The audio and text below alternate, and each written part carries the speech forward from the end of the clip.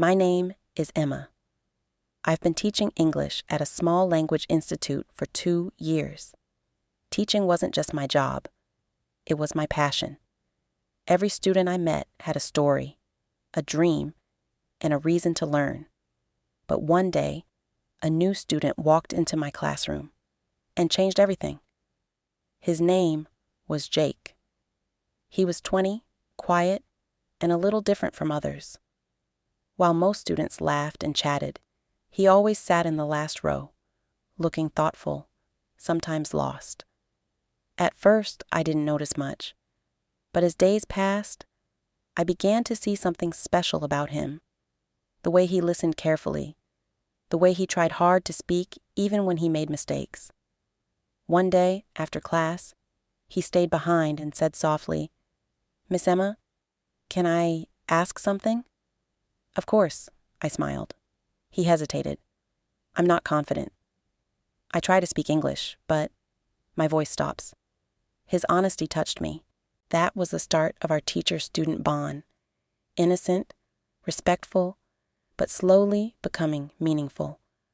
Over the next few weeks, Jake worked hard. He stayed after class to ask questions. Sometimes he brought me small things, a cup of coffee, a flower, or a thank you note. At first I thought it was just respect, but there was something in his eyes, quiet admiration. One day, during a speaking activity, I asked everyone to describe their role model. When Jake's turn came, he looked at me and said softly, "My role model is my teacher." The class clapped. I smiled, pretending to be calm, but inside, something moved. I didn't know what it was, pride, care, or something deeper that I didn't want to name.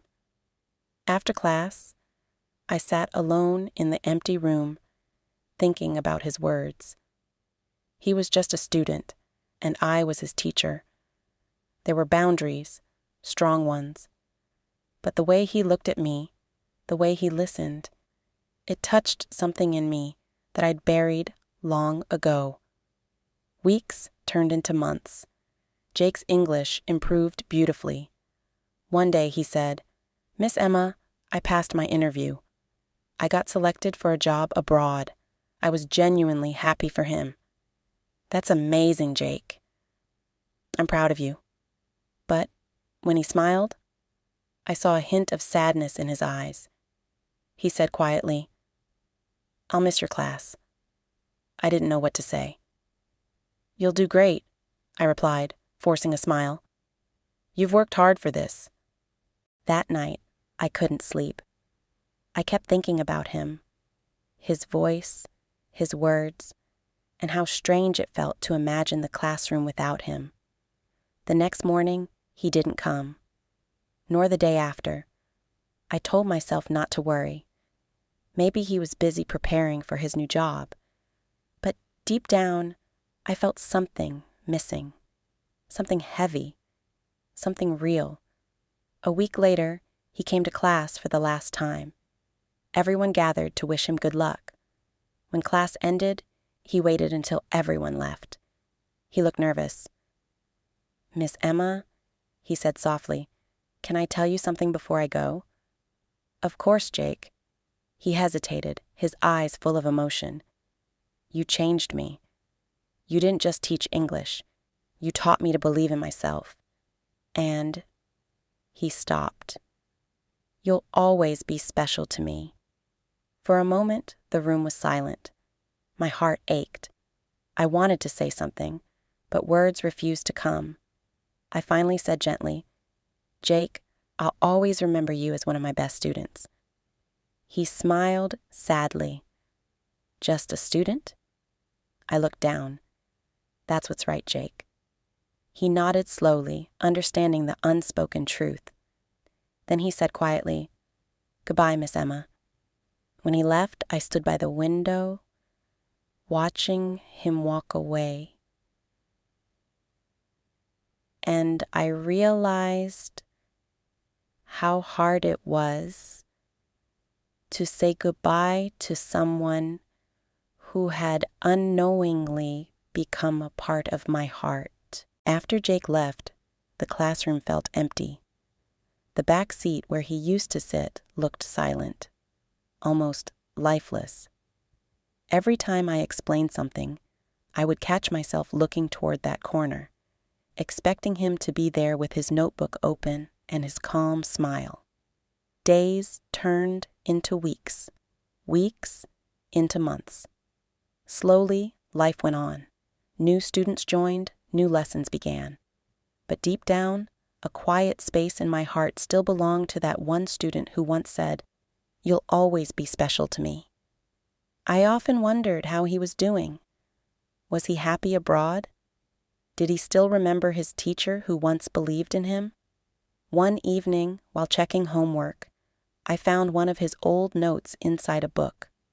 It said, "Miss Emma, you're the first person who made me believe I could do something great." I held the note close and whispered, "You already did, Jake." Years passed quietly. I became more experienced as a teacher, but something inside me changed. I became more careful, more silent, and more private with my emotions. Then, one winter morning as I walked into the classroom, I saw a familiar face standing near the door. It was Jake. He looked older, confident, and different, yet the same. He smiled and said softly, "Miss Emma?" For a second, I couldn't believe it. "Jake! Oh my God, you're back." He laughed. "I came back last week. I wanted to visit this place before I started my new job. It felt strange. Time had passed, but the connection between us still felt alive. We sat together after class, talking about life, work, and everything in between. He said, "I used to remember this place whenever life got hard." "Your words always helped me keep going," I smiled gently. "I'm glad I could be a small part of your success." Then he looked at me and said quietly, "You weren't a small part, Miss Emma. You were the reason I changed." His eyes had that same warmth, but now they carried maturity too. I looked away and said softly, "Jake, there's something I want you to remember. What we had, the care, the bond, it was pure. But some lines must always stay clear. You were my student, and I'll always be your teacher." He nodded slowly, understanding the meaning behind my words. He said, "I know. I never wanted to cross that line. I just wanted to thank you. Not for your lessons, but for believing in me when no one else did."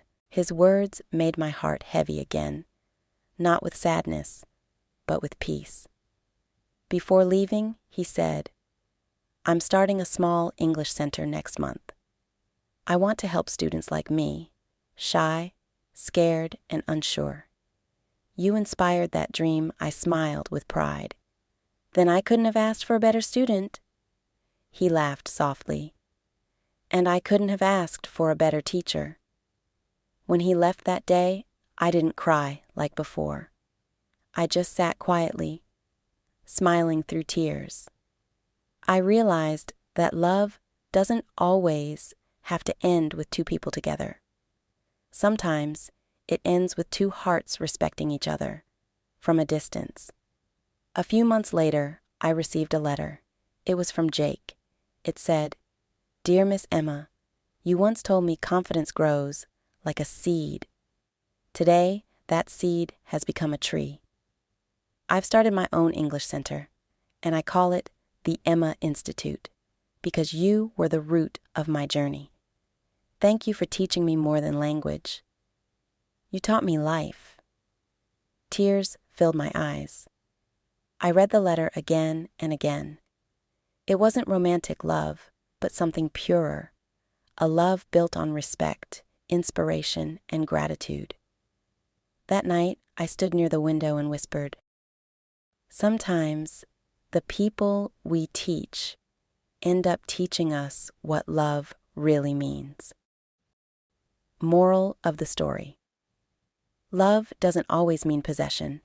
Sometimes it's about inspiration, respect, and helping someone grow. Even if they walk a different path.